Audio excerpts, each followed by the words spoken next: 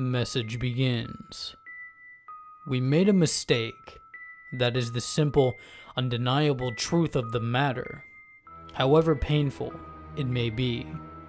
The flaw was not in our observatories, for those machines were as perfect as we could make, and they showed us only the unfiltered light of the truth. The flaw was not in the predictor, for it is a device of pure, infallible logic, turning raw data into meaningful information without the taint of emotion or bias. No, the flaw was within us, the orchestrators of the disaster, the sentients who thought themselves beyond such failings. We are responsible.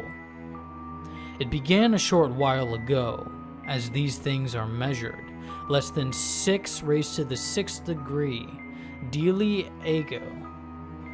Though I suspect our systems of measure will mean very little by the time anyone receives this transmission. We detected faint radio signals from a blossoming intelligence, 2 raised to the 14th Delis outward from the galactic core as photons travel. At first crude and unstructured, these leaking broadcasts quickly grew in complexity and strength, as did the messages they carried.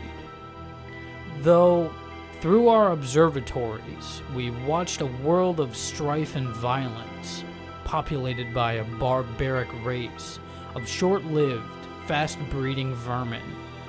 They were brutal and uncultured things, which stabbed and shot and burned each other with no regard for life or purpose. Even their concepts of art spoke of conflict and pain. They divided themselves according to some bizarre cultural patterns and set their every industry to cause of death. They terrified us, but we were older and wiser and so very far away, so we did not fray. Then we watched them split the atom and breach the heavens within the breath of one of their single short generations, and we began to worry. When they began actively transmitting messages and greetings into space, we felt fear and horror. Their transmissions were promised peace and camaraderie to any who were listening. But we had watched them for too long to buy into such transparent deceptions. They knew we were out there, and they were coming for us. The orchestrators consulted the predictor, and the output was dire.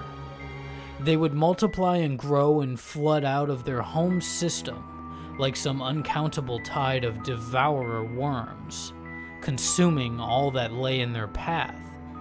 It might take 6 to the 8th Delis, but they would destroy us if left unchecked.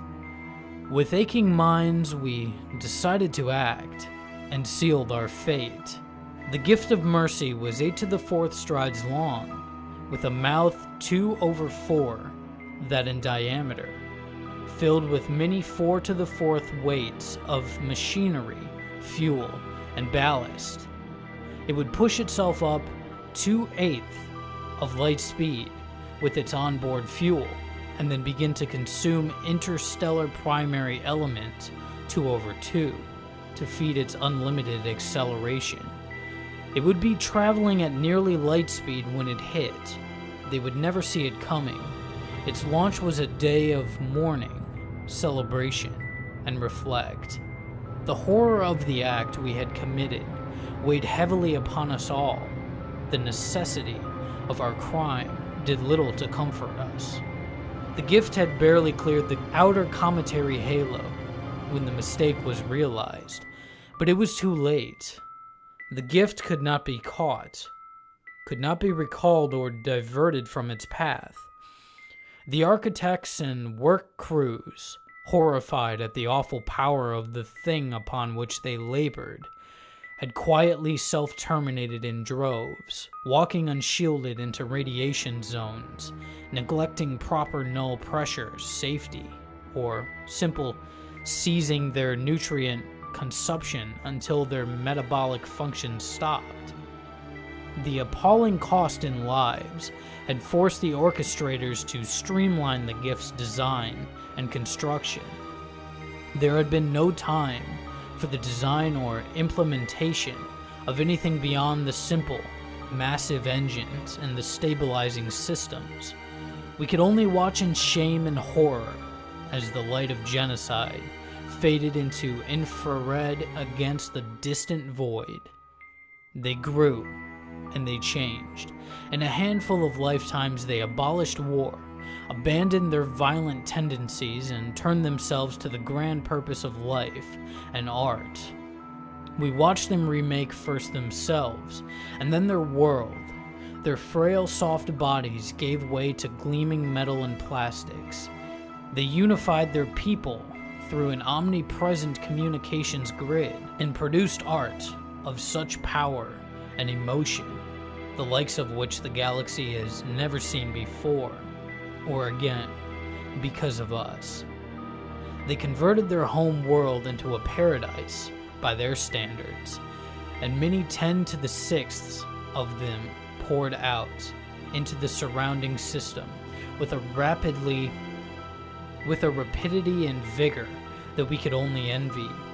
With bodies built to survive every environment from the day-lit surface of their innermost world to the atmosphere of their largest gas giant and the cold void in between, they set out to sculpt their system into something beautiful. At first we thought them simple miners, stripping the rocky planets and moons for vital resources.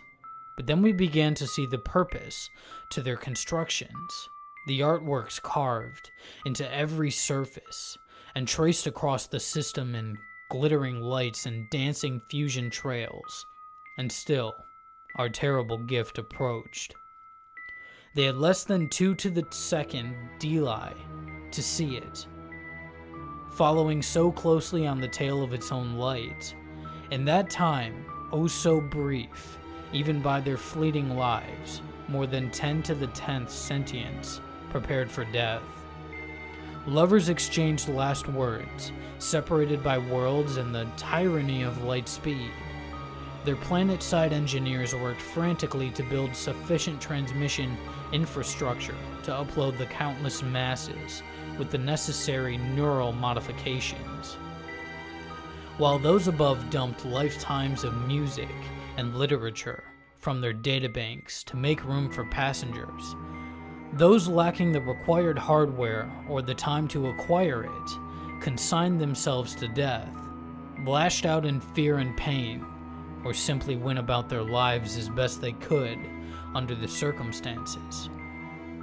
The gift arrived suddenly, the light of its impact visible in our skies, shining bright and cruel, even to the under-augmented ocular receptor. We watched and we wept for our victims, dead so many dealies before the light of their doom had even reached us.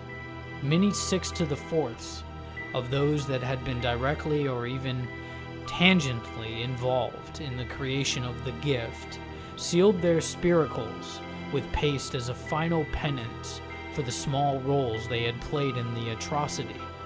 The light dimmed, the dust cleared, and our observatories refocused upon the place where their shining blue world had once hung in the void, and found only dust and the pale gleam of an orphaned moon wrapped in a thin, burning wisp of atmosphere that had once belonged to its parent.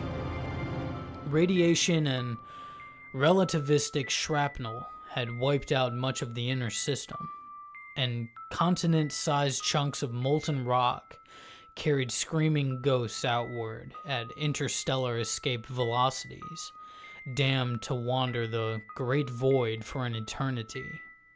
The damage was apocalyptic, but not complete.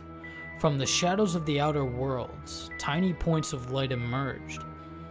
Thousands of fusion trails of single ships and world ships and everything in between.